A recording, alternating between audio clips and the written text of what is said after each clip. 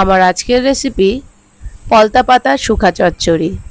আর থাকছে পটল পাতা বা পটল লতা চেনার উপায়, কোন লতাগুলো তিতো হয় খেতে আর কোন লতাগুলো তিতো হয় না, সেই ট্রিকটা আমি বলে দেব আজকের ভিডিওতে। সঙ্গে থাকুন, ভিডিওটি স্কিপ না করে দেখতে থাকুন। স্বল্প কয়েকটি উপকরণে আর স্বল্প সময়ের মধ্যেই হয়ে যাবে এই চচ্চড়ি রেসিপিটি। এই রেসিপিটি গরম ভাতে খেতে দুর্দান্ত লাগে।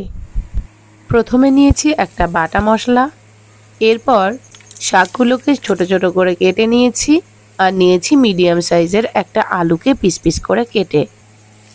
রান্নার শুরুতেই কড়াই গরম করে একটু বেশি পরিমাণে সরিষার তেল দিতে হবে। যে কোনো চচ্চড়ি রেসিপিতে একটু তেল না দিলে ভালো লাগে না খেতে। প্রথমেই তেলের মধ্যে পেঁয়াজ আর কাঁচা লঙ্কা চেরাগুলো দিতে হবে। আমি একটা মিডিয়াম সাইজের পেঁয়াজ নিয়েছি। পেঁয়াজগুলো খুব বেশি লাল করে ভাজার দরকার নেই, একটু ট্রান্সপারেন্ট হলে আলুগুলো অ্যাড করে দিতে হবে। আলুগুলো দু একবার নাড়াচাড়া করার পর কেটে রাখা পটলের লতাগুলো দিয়ে দিতে হবে। গ্যাসের ফ্লেমটা বাড়িয়ে দিয়ে অনবরত নাড়াচাড়া করতে হবে। নাড়াচাড়া করতে করতে পটলের লতাগুলো একদম নরম হয়ে যাবে।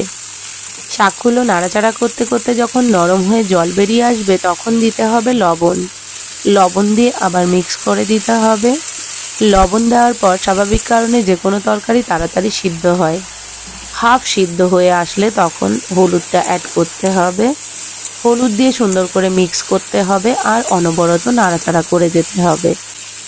এইবার বলি পটল শাক বা পলতা পাতা চেনার নিয়ম। বাজারে গিয়ে মোটা তাজা শাকসবজি কেনার প্রবণতা কাজ করে আমাদের, কিন্তু সব ক্ষেত্রে এই বুদ্ধিটা প্রযোজ্য নয়।